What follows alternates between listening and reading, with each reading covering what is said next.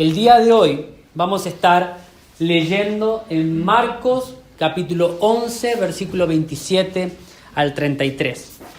En estos versículos, que no son muchos, podemos pasarlo muy rápido, pero la enseñanza y la profundidad que podemos estudiar es interminable, porque nos habla de la autoridad de Jesús. Entonces, empezando, vamos a leer los pasajes.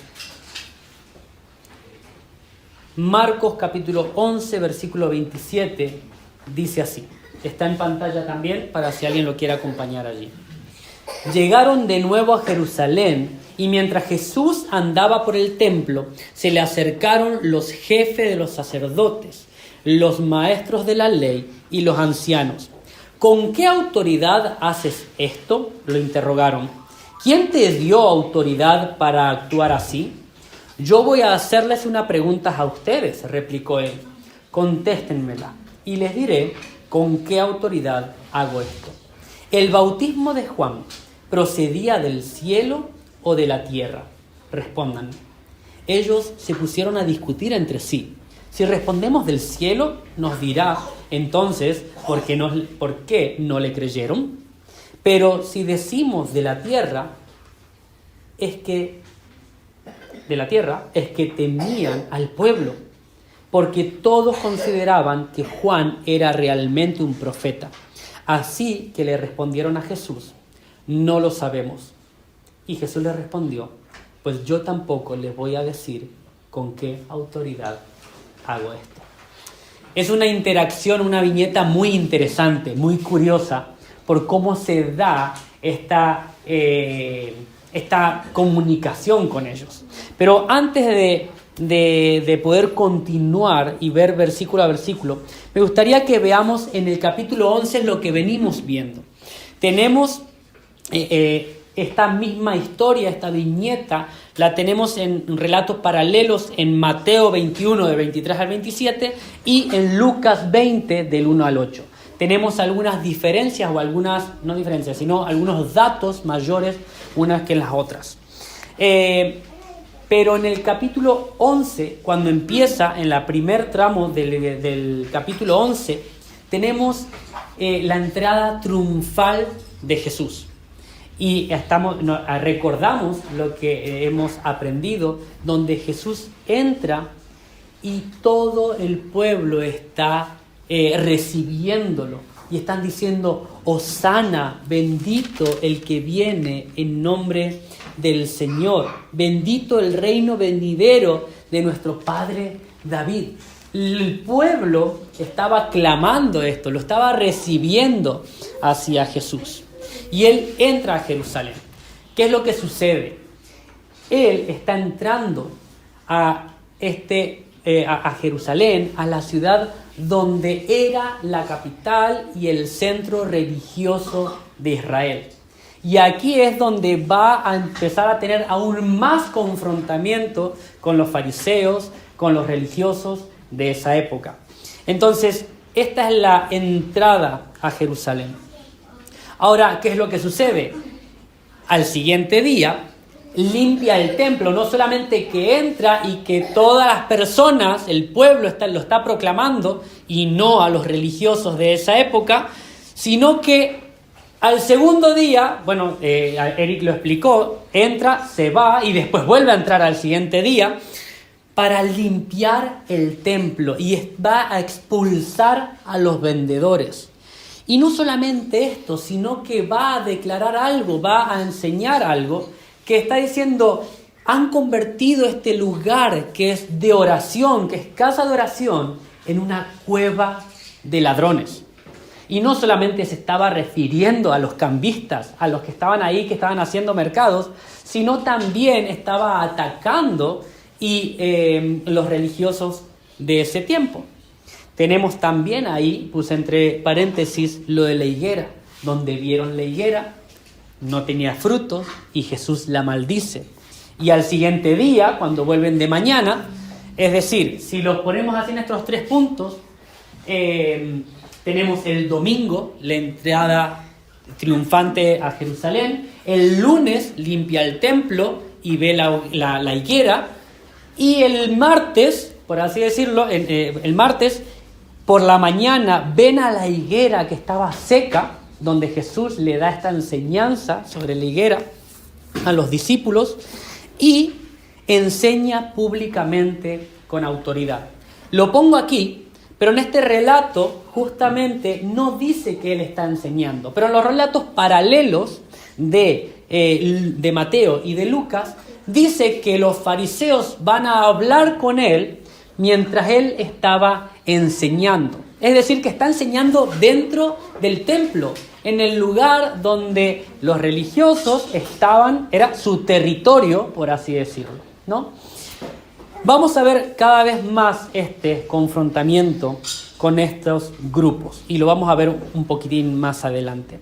Simplemente quiero detenerme en la parte de la higuera, donde Jesús está destacando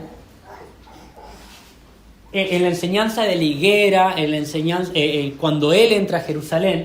Jesús destaca que Dios no está morando en el templo. Dios no está siendo visible o no está siendo adorado dentro del templo.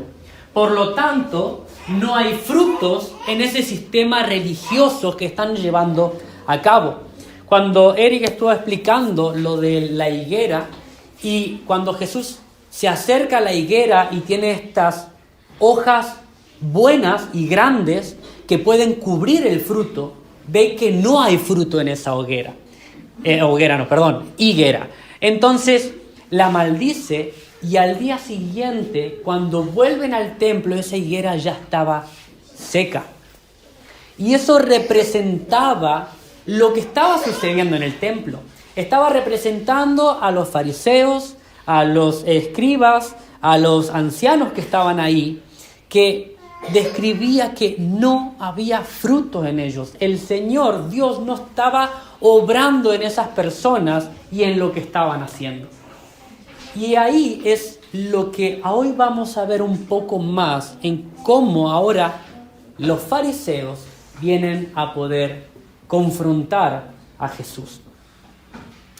Dicho esto, tenemos en Marcos 7, del 6 al 7, donde Jesús le está diciendo a este grupo religioso, nombrando a Isaías,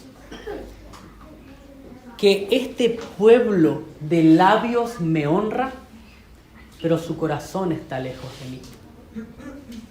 Y los trata y los confronta y le está diciendo que son hipócritas.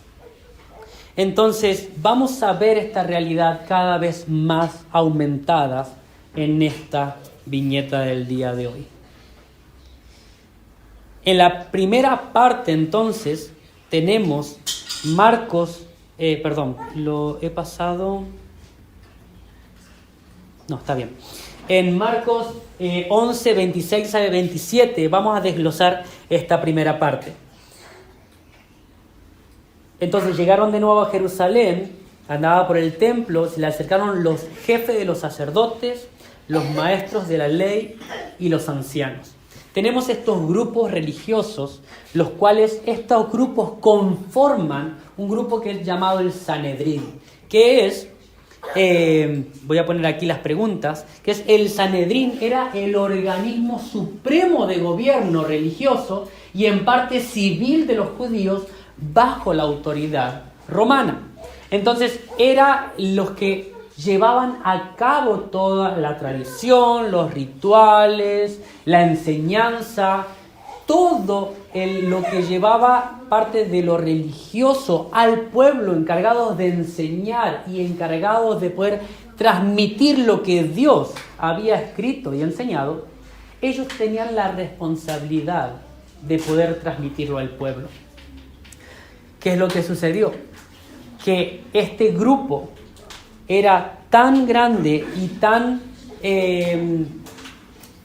hipócrita que su funcionamiento se había alejado de lo que Dios quería. Y las preguntas que le hacen son: ¿con qué autoridad haces esto? Y la otra pregunta es: ¿quién te dio autoridad para actuar así? Ellos sabían perfectamente lo que Jesús estaba haciendo, lo que Jesús hacía. Fueron testigos de los milagros, de las enseñanzas, de querer confrontar a Jesús y ver cómo Jesús respondía de una manera que siempre contestaba con la verdad, o siempre le daba vuelta la tortilla, le daba vuelta y mostraba lo que realmente había en su corazón y sus intenciones. Ellos se están acercando para preguntar, no porque realmente estaban interesados de dónde venía esa autoridad o ese poder, si venía de Dios o no, sino que querían ver dónde estaban sus credenciales por las cuales Él estaba enseñando en el templo. Ten en cuenta que ellos eran religiosos, tenían títulos, tenían nombres, tenían un lugar y tenían cierta reputación, no solamente entre ellos, sino bajo el gobierno romano. Ellos tenían credenciales que decían lo que ellos eran y lo que podían hacer. Jesús estaba enseñando en el templo. ¿Y con qué autoridad haces esto? ¿Con qué autoridad has entrado en Jerusalén montado y el pueblo te adora? ¿Con qué autoridad vienes a purificar o a limpiar el templo? A quitar a todos los vendedores. ¿Quién eres tú? ¿Con qué autoridad vienes a hacer esto? ¿Quién te crees que eres? En pocas palabras le estaban preguntando. Ellos tenían credenciales y estaban pidiendo esas credenciales a Jesús. Tal vez para dejarlo en ridículo delante de todas las personas que estaban allí. Querían ver realmente, dejarlo mal o poder pescarlo, poder hacerle entrar en algún error para que las personas que lo rodeaban puedan dudar de la persona de Jesús. Y la otra palabra es: ¿quién te dio autoridad para actuar así? Si tienes esa credencial o si tienes esa autoridad, ¿quién te la dio? Ellos estaban bajo el sumo sacerdote, bajo el gobierno romano, bajo esto, y tenían toda una estructura muy montada en la cual ellos hacían lo que querían y no rendían cuentas a nadie. Es más, vivían de lo que, como la higuera, tenían hojas que parecía que era una higuera saludable, pero esa higuera no tenía fruto, era una higuera estéril. Entonces la problemática era esa, y aún así ellos querían saber con qué autoridad hacían todas estas cosas. ¿Sabes qué? En Marcos 8:31 tenemos claramente lo que Jesús le enseñó a sus discípulos después de la confesión de Pedro, que tú eres el Cristo. Le decía, luego comenzó a enseñarles: el Hijo del Hombre tiene que sufrir muchas cosas y ser rechazado por los ancianos, los jefes de los sacerdotes y los maestros de la ley. Son estos tres grupos que está mostrando aquí. Tiene que ser rechazado. Jesús ya sabía esto. El Padre ya sabía esto. Solamente se está cumpliendo lo que Jesús fue a hacer a Jerusalén. Es más, en otro capítulo tenemos que, lo hemos visto en el capítulo 10, es necesario que vaya a Jerusalén, que sea entregado, el Hijo del Hombre sea entregado, ¿no? Y que sea muerto y que resucite. Entonces, todo esto no escapa. Pero Jesús, ni lento ni perezoso, está viendo las intenciones, conoce las intenciones de ellos.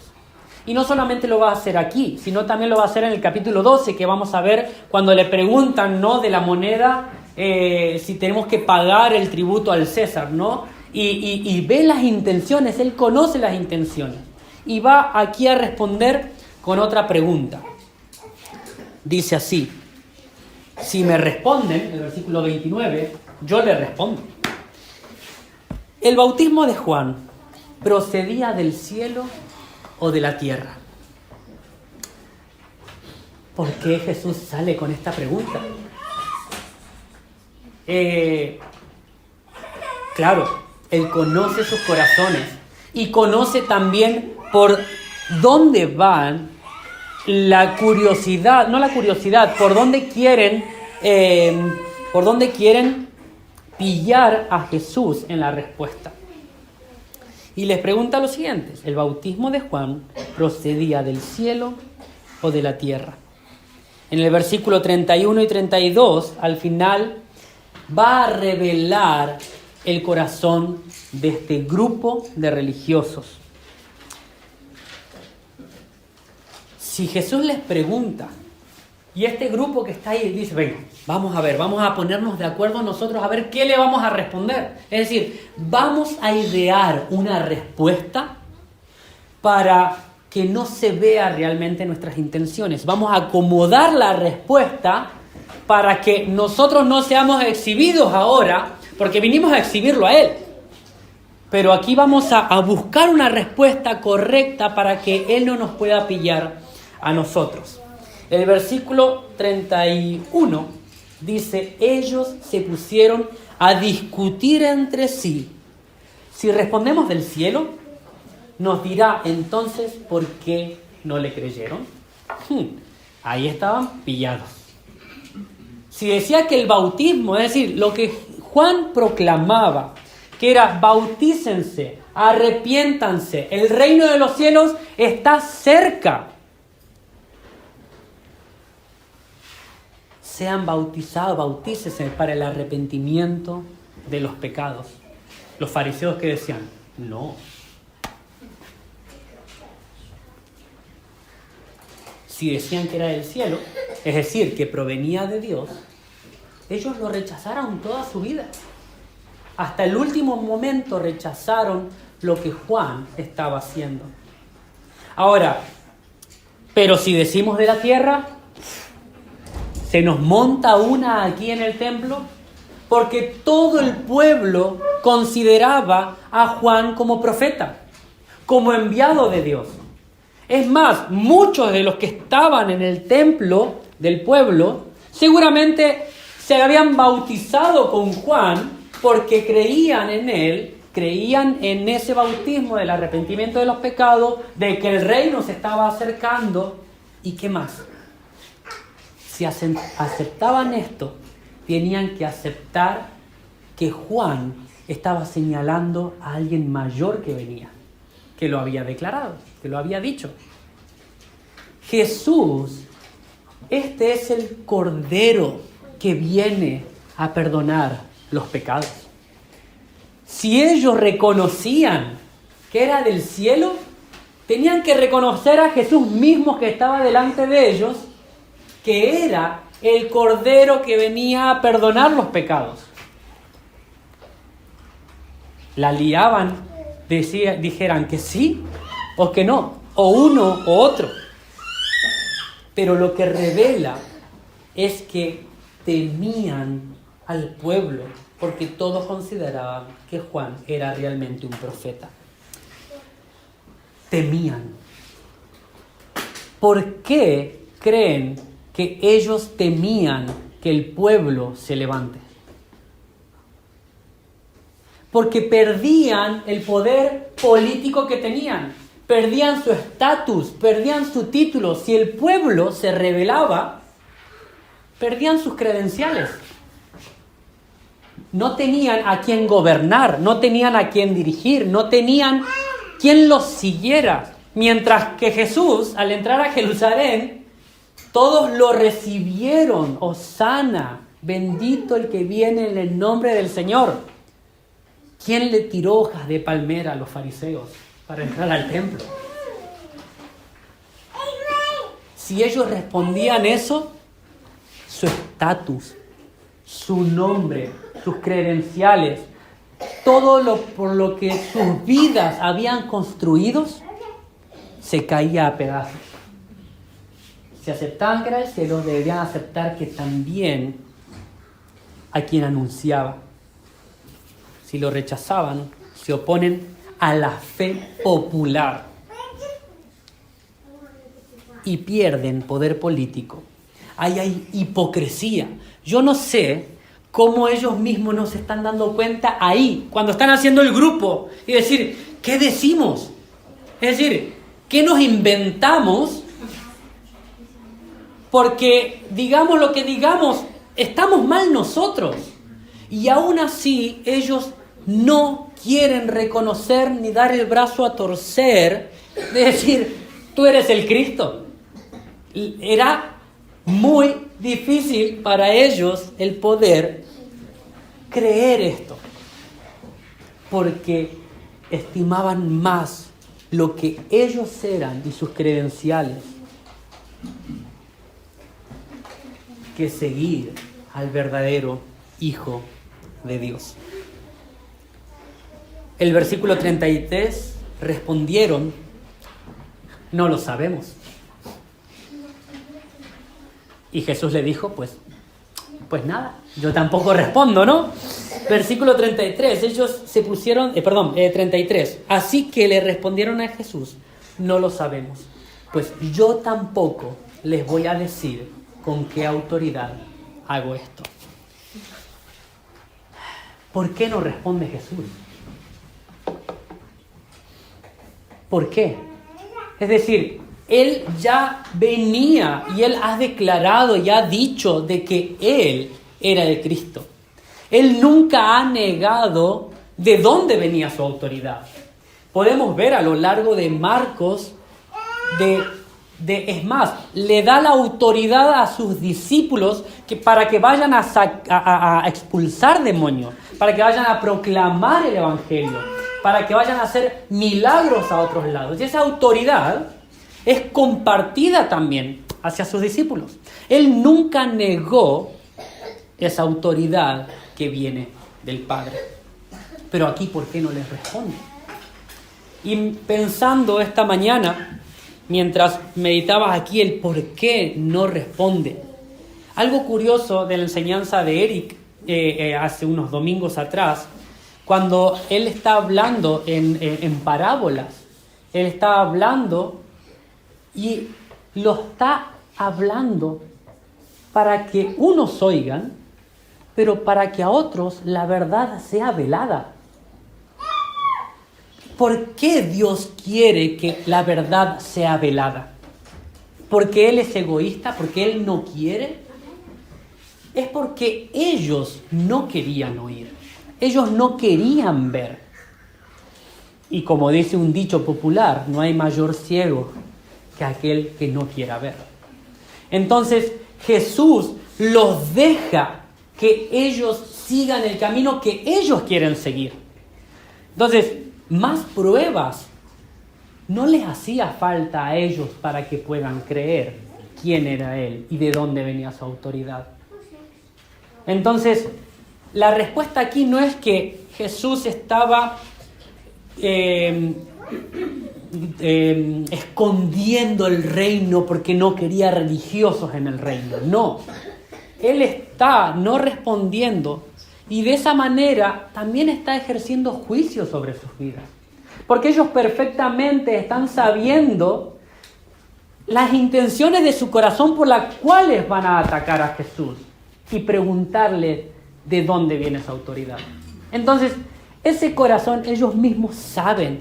Y creo que cada uno de nosotros sabemos nuestros propios corazones, nuestras propias intenciones, muchas veces cuando hacemos las cosas.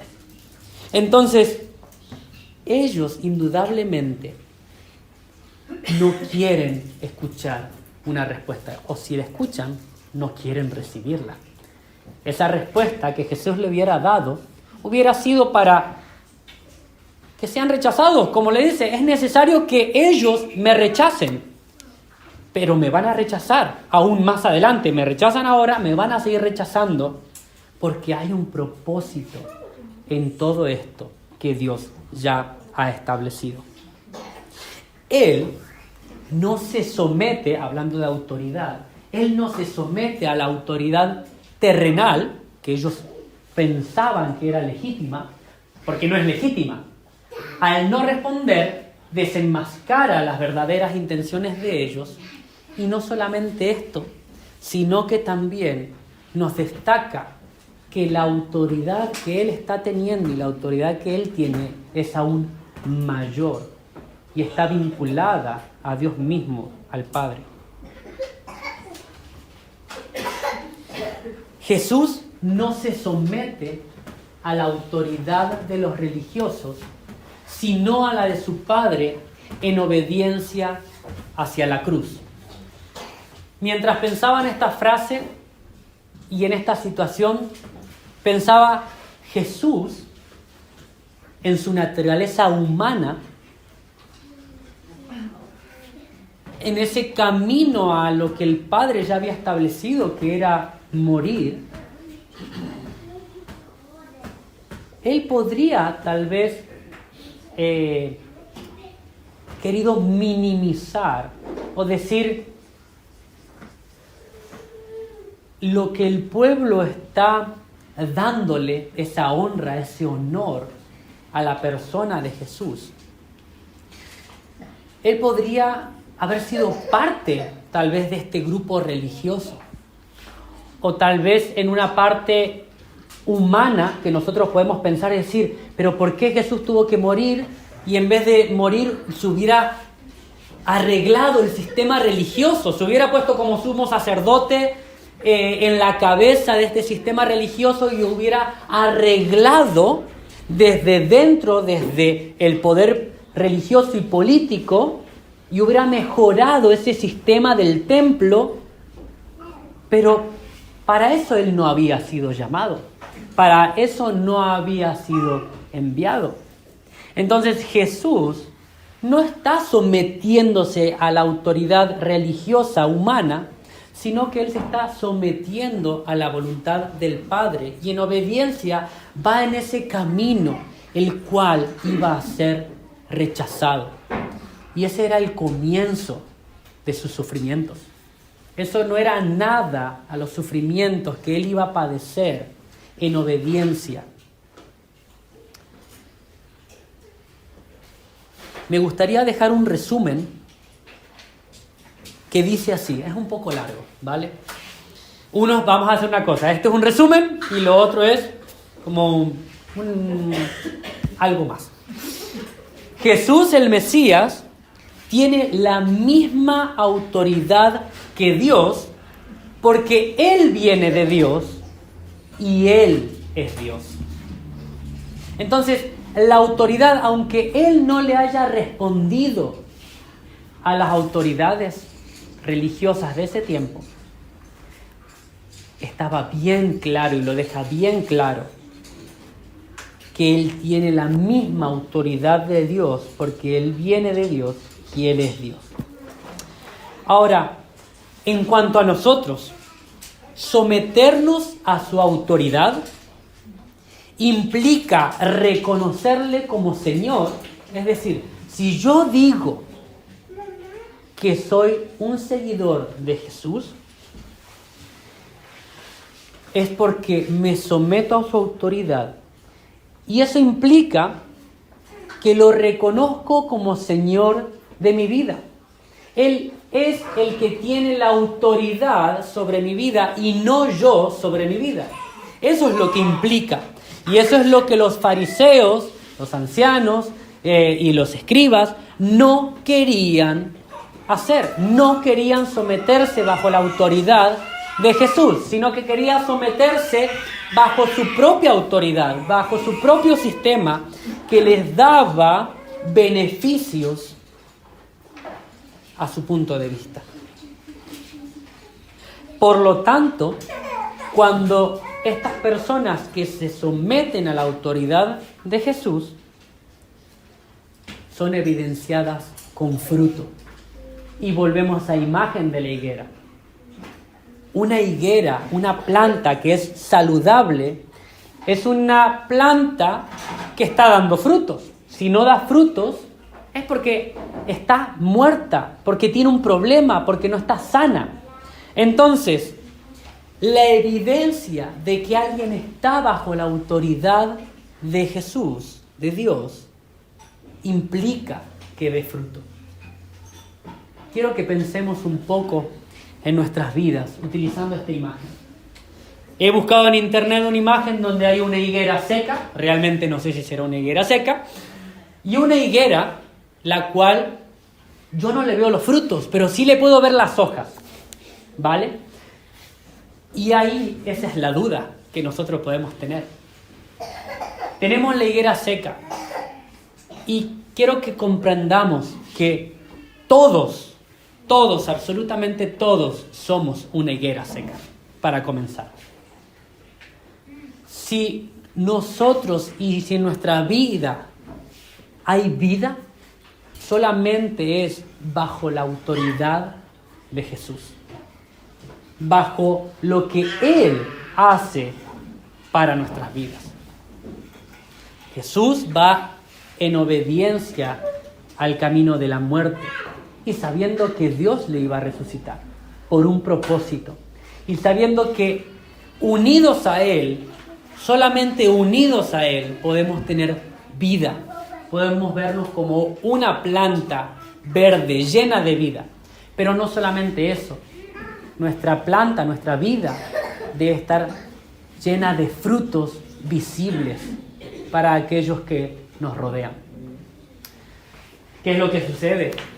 Los fariseos creían o se hacían querer ver como esta higuera y escondían que no tenían frutos.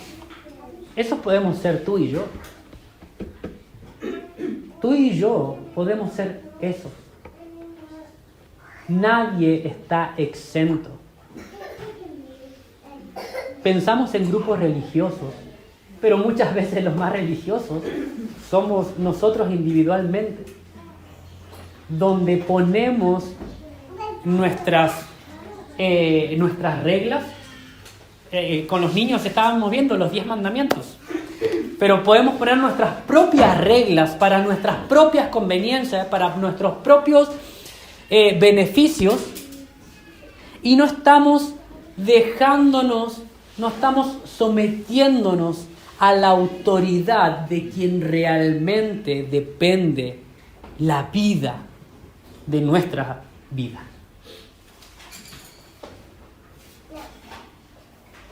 Como les decía, todos, absolutamente todos, estábamos separados y alejados de Dios. Y solamente por gracia y por lo que Cristo ha hecho, podemos vernos así y podemos dar frutos en nuestra vida. Y solo lo que nosotros debemos hacer, lo estamos estudiando en Filipenses y me encanta, pero es poder estar unidos, confiar, creer, reconocer que Él es autoridad de nuestra vida y no nosotros. Me gustaría que leamos, lo tengo en pantalla, había varios versículos del Nuevo Testamento, pero quería terminar con este.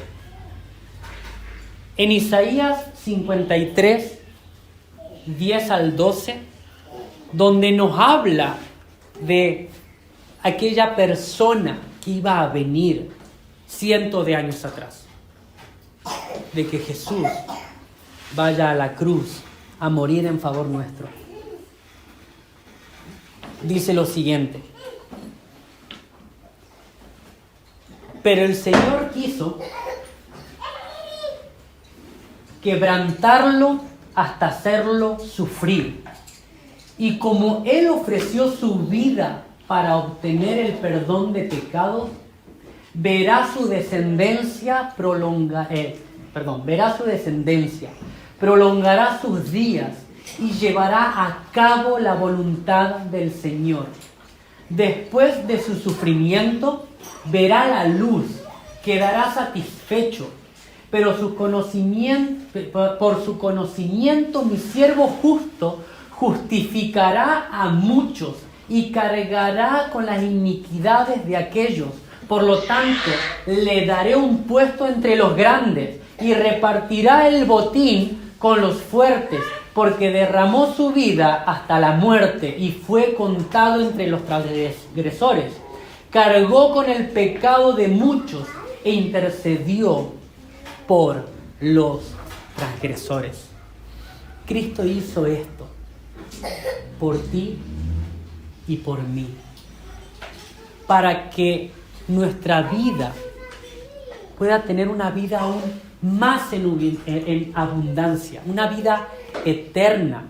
La Biblia nos habla, el tema de la autoridad de Jesús es tan amplia, pero nos habla las Escrituras que Dios Padre no solamente le ha dado autoridad para sanar enfermos, para expulsar demonios, para proclamar el Evangelio, donde Jesús mismo está dando la autoridad a los discípulos para que prediquen el Evangelio. Y hoy en día esa autoridad sigue siendo vigente para que sigamos haciendo discípulos y proclamemos el Evangelio. Pero aún la autoridad que Dios tiene es que estas plantas secas, estas vidas que nosotros tenemos secas, aún puede dar vida. Para que puedas tú dar frutos, para que andemos en buenas obras que Él ya ha preparado de antemano. ¿Creemos esto? ¿Creemos en que el Padre le ha dado toda la autoridad a su Hijo? Y no solamente esto, esa autoridad en el día de mañana se va a ver en que Él juzgará a las naciones. Y esta autoridad es vigente. Y esta autoridad y poder puede aún hoy transformar tu vida de esta planta, que es tu vida, mi vida, a una higuera llena de frutos. Y solamente por gracia. Nada de lo que nosotros hayamos hecho es por su autoridad, no nuestra autoridad, su autoridad que Él se le ha dado el Padre. Oremos para concluir. Padre amado, queremos confesar en esta tarde que nuestras vidas, mientras más las examinamos, mientras más vivimos nuestras vidas, somos personas injustas. Somos personas que confiamos en nuestro poder, en nuestro dinero, en nuestras capacidades, en lo que tenemos, en lo que no tenemos, en las relaciones, en cualquier cosa en la cual podemos aferrarnos. Caemos. Confesamos de que nos cuesta tanto largar nuestra propia autoridad de nuestras vidas y vivir sometidos a tu autoridad, a tu palabra, a lo que tú nos enseñas, a lo que tú nos has dejado escrito, a tus enseñanzas. Confesamos en esta tarde que muchas veces somos hipócritas en nuestras propias vidas. Las iglesias hoy en día son etiquetadas por personas llenas de personas hipócritas. Y eso es culpa nuestra, no es culpa tuya. Somos personas que fallamos a diario, somos personas que pecamos, pero también tenemos la esperanza y la confianza de lo que tú has hecho en esa cruz. Y queremos vivir confiados